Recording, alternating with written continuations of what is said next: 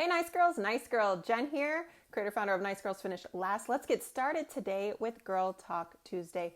By the way, for those of you who are used to catching me on my personal profile, I will be doing all of our Girl Talk Tuesday lives here on the business page, so make sure you have your notifications set. So I have to ask this every single time. How are you guys doing? What's your life like stuck at home? Are you doing okay? Are you managing well? Are you having a rough time with it? What is going on? So I wanted to talk today, as I am at home more also. I wanted to talk about taking control of your business. And as I mentioned in our last live, this is not and should not be the time for you to relax and feel like, well, I'm at home, what can I do? Because you'll slowly see that your business will start to go downhill. And this is not the time to have that happen, right? As you guys are joining, please say hello. Let me know where you're tuning in from and share this if you know any women entrepreneurs. So the other day, as I was watching my kids play, there were many arguments. There was a lot of frustration because there was just so much confusion in what they were playing. And it was confusion between them on what the rules were, what's considered breaking the rules in their little game. And it honestly looked more like a bunch of chaos than it did fun, but they continued to play it anyway. So I wanted to reference that to business and talk about this and how it relates to your business right now. So first of all, and I'll get back to it, but first of all, when you start off, the business is just you. Or if you're network marketing, it's you and whoever recruited you in, whoever sponsored you, right? And then it's you and your team, okay? So here's problem number one that I see happen all the time. The first problem is you're not viewing yourself when you get started as the leader. And I can understand why you don't, because you're new. You may be becoming familiar with the products and the company and all of that. I get it. But problem number one is you're not viewing yourself as the leader as soon as you join the business and start the business. The second problem is you're not even taking on the responsibilities that a leader should be taking on. And again, it goes back to problem number one. Being a little unsure of yourself, not feeling like you have all the knowledge yet, and so on. And so you're kind of really just depending a lot on the person that recruited you and got you into the business. Or maybe a lot of stuff's getting pushed up to whoever's above you. There's a lot of passing the buck and responsibilities to, again, the person that recruited you, maybe the head leader of the whole team that you happen to be on and that you joined, or even like the big guy within the whole entire company if you're in a network marketing type company. But you don't respond as the leader yourself, and you are not taking on the responsibilities as the leader yourself. And that is part of the big problem on why people struggle. So when this happens, when you do this, you lose control from the get-go. Now, you may not have viewed it this way. You may have thought, well, if I get in and I just kind of test things out and I try things out and I learn things along the way, I understand that. It's going to be a learning process, okay? That's understandable. But you still have to position yourself as the leader as soon as you join. Hey, thank you for joining. Say hello. Let me know where you're tuning in from.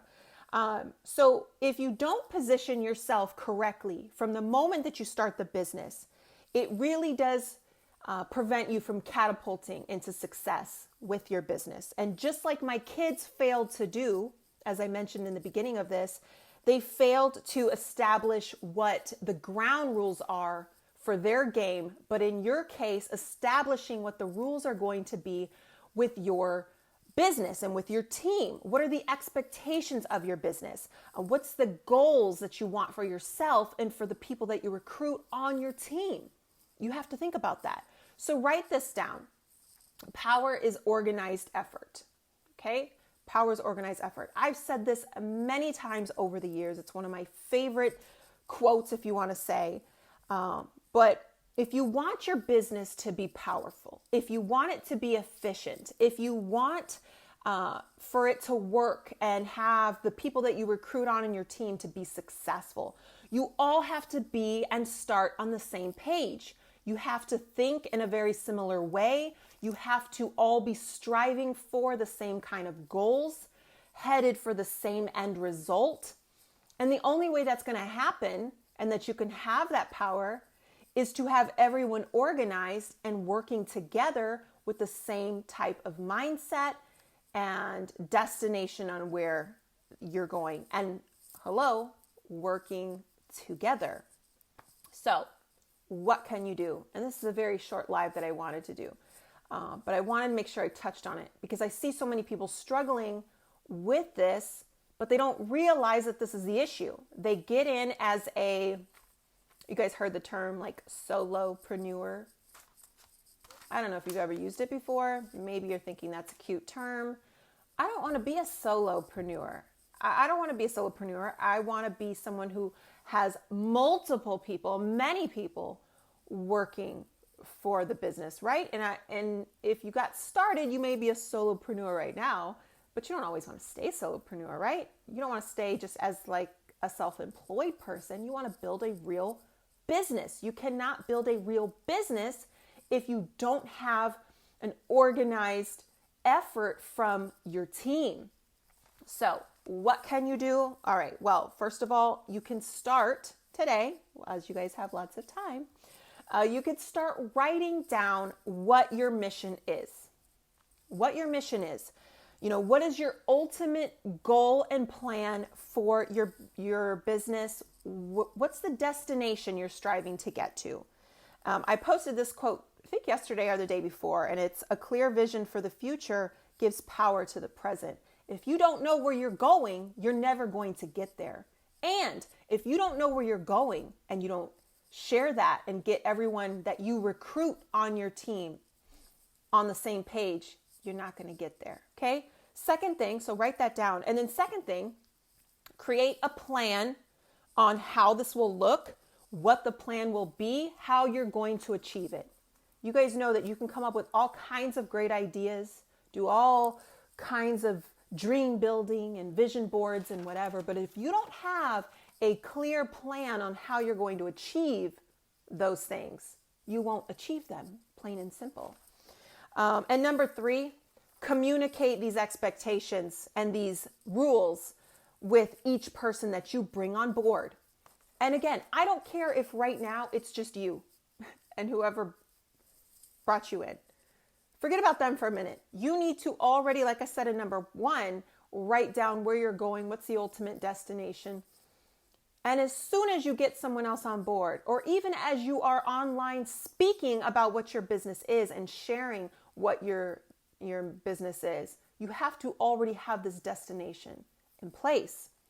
This is why the ladies that I help work with, their marketing is so much more powerful than people online winging it, because they have a clear destination on where they're going and they have a plan to get there. So not just having the plan that you keep to yourself, but as you recruit people on your team or you get new staff members for your business, communicate those expectations with each and every one of them. Let them know from the start, from the get-go, what is going on here, what's happening here, where we're headed, and so they can develop that mindset and those goals for the business as well and have that from the beginning. And number 4, hold people accountable. I know this can be uncomfortable for people starting out. They always feel like they don't want to have to confront anyone about things, but you have to hold people accountable. Call people out. Correct them if they need to be corrected. Congratulate them if they're doing well and they're going above and beyond, and coach them along the way. One of the biggest mistakes I see people do with network marketing, for example, is they recruit people in and they just hope, well, the person that sponsored me, I'm just going to be like, hey, let me connect you to Sally here. She got me in. She knows everything. Now they're not listening to you anymore. Your agenda, your mission, your goal with your business doesn't even matter anymore.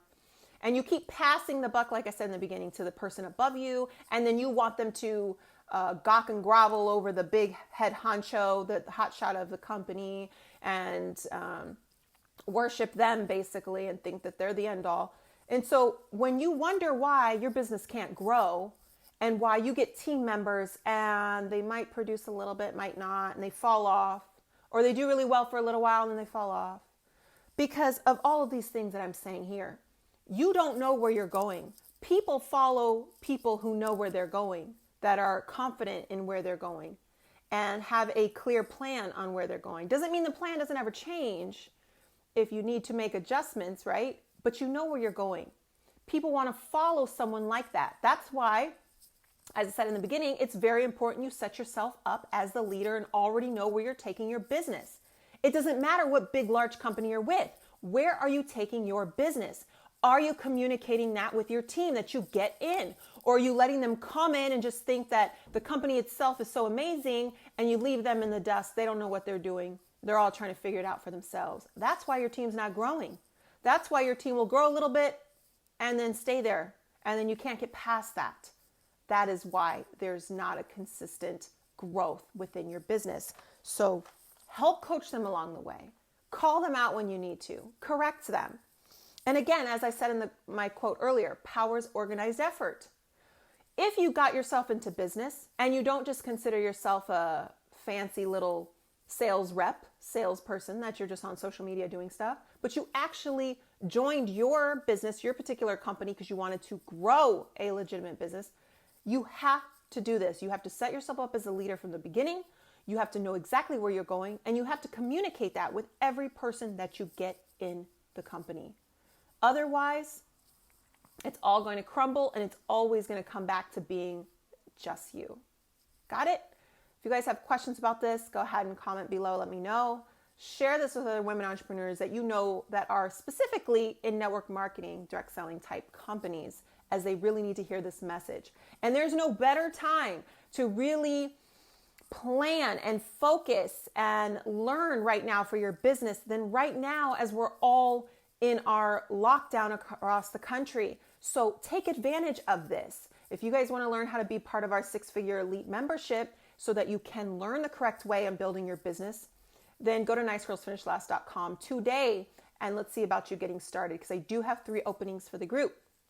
And then you can learn strategy behind the marketing and the sales and recruiting and sharing your opportunity. And it's not all of the old school ways that you see time and time again, all the hyped up motivation ways. That's feel good stuff, but it's not how-tos. You need how-tos, right?